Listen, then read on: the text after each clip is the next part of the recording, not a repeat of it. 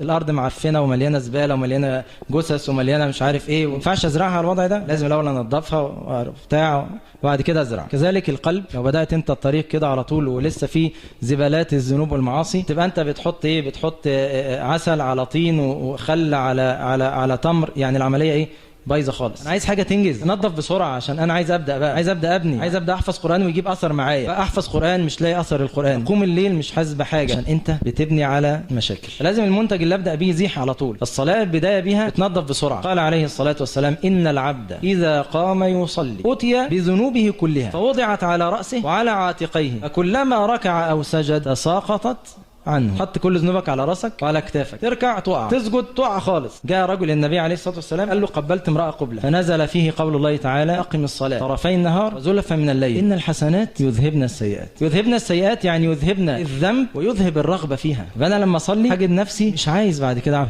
اعمل حاجه الغلط دي. اسال اخوه كتير التزموا بالصلاه، يقول لك مش عارف، لقيت نفسي بقيت بكره الاغاني كده، ما اعرفش ليه، لقيت نفسي بطلت السجاير، لقيت نفسي قفلت من اصحابي كده، بقتش زي الاول. كله بدا كده. لو ظبطت الصلاه تعمل حاجتين: واحد، هتعينك على باقي الطاعات، قال الله: يا ايها الذين امنوا استعينوا بالصبر والصلاه. نمره 2، هتعينك على ترك المنكرات، قال الله: ان الصلاه تنهى عن الفحشاء والمنكر. لذلك حافظ على الصلاه دايما مهما كان. بتزني حافظ على الصلاه، بتسرق حافظ على الصلاه، بتعمل عاده سريه اغتسل وحافظ على الصلاه. مش محجبه شيلي اسدال معاكي وخشي صلي في اي مكان، صلي حتى لو مش محجبه، صلي، اوعى تنقطع عن الصلاه.